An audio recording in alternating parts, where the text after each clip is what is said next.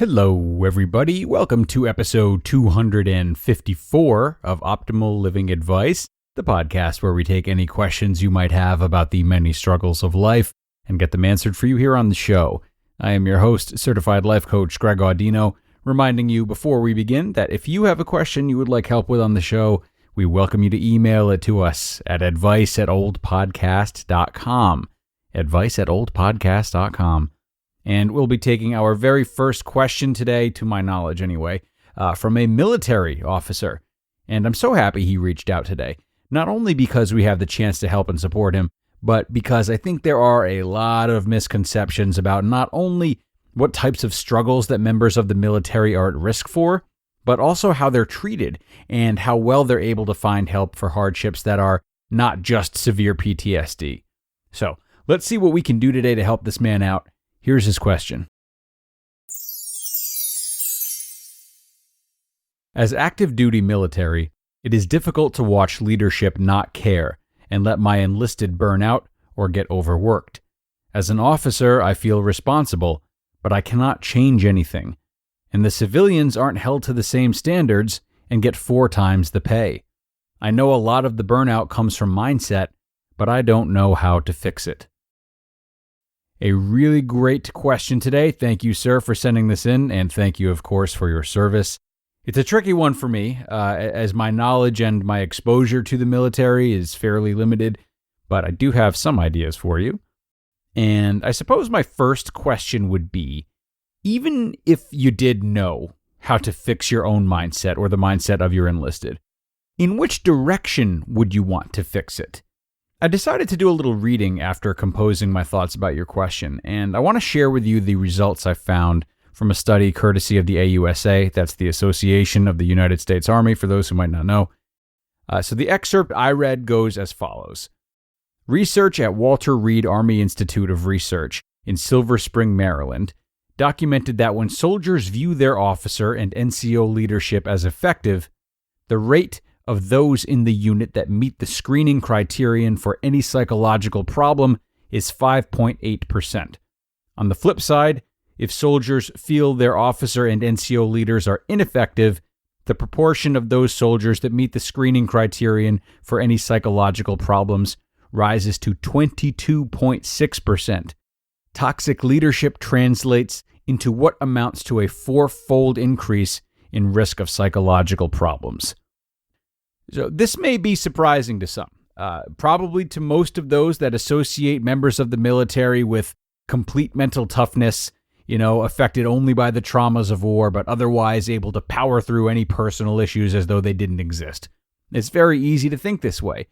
The military is often categorized by courage and bravery, and classic views on courage and bravery fall in line with that. But if I'm tooting my own horn, as I normally do, I would tell you that I was not shocked by these results. If we're able to look past that strong military identity and first see soldiers as humans, there's no surprise that their mental health struggles stretch far beyond combat, even if that may be the harshest contributor. Bad leadership is bad for morale, as it would be for anyone. Not to mention other things that soldiers have to deal with that this study didn't touch upon, such as being away from family, maybe feeling as though one's individuality has been stripped, and so on. Asker, you could name a lot more of these than I could. So, what I mean when I ask you which direction you'd want to change the mindset in is, are you trying to play it towards those who would be shocked by that study, or those who wouldn't? Would you want your enlisted to try to stomp these concerns into submission, or be able to express them openly and work with them? I should hope it's the latter, because if you're asking my opinion, the main thing I'm inclined to remind you of, with all due respect to the military, of course, is that you are always going to be your own person before you're a member of the military. Therefore, if you cannot change on an organizational level the type of treatment that you and your enlisted are getting from leadership, it's especially crucial for you to accept that part of your identity that is just you and not affiliated with the military. I'm telling you that it's okay for part of your identity to be at odds with some of leadership's ways of doing things. This is not This is not treason, but rather it's an honest and balanced approach to something that is a very big and meaningful part of your life, but not as big and as meaningful as your whole life itself.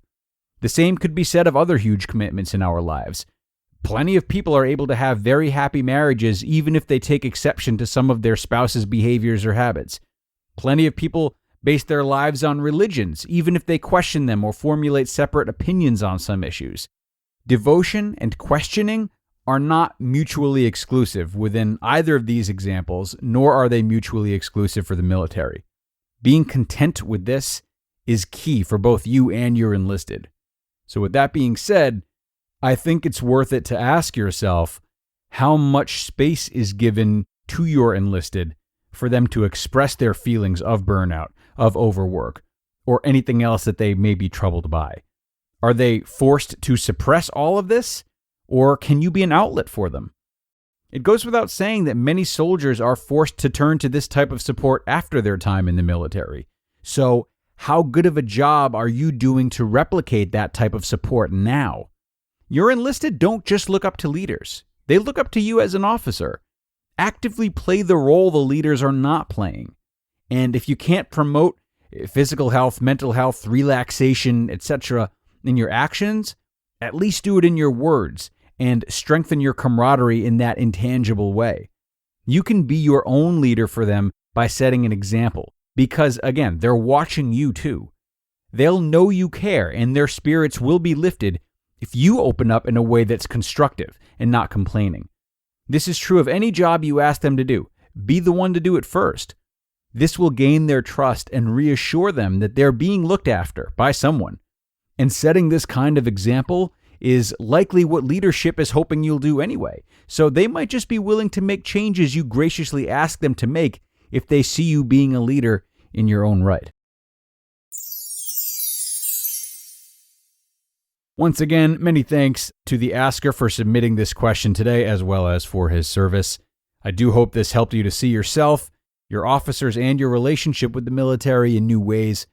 And for those who are not in the military, I hope it helps you to put into perspective any parts of your life that may mean so much to you, but still aren't as important as the relationship you have with yourself. It's easy to make our pursuits bigger than us sometimes, but they mustn't be.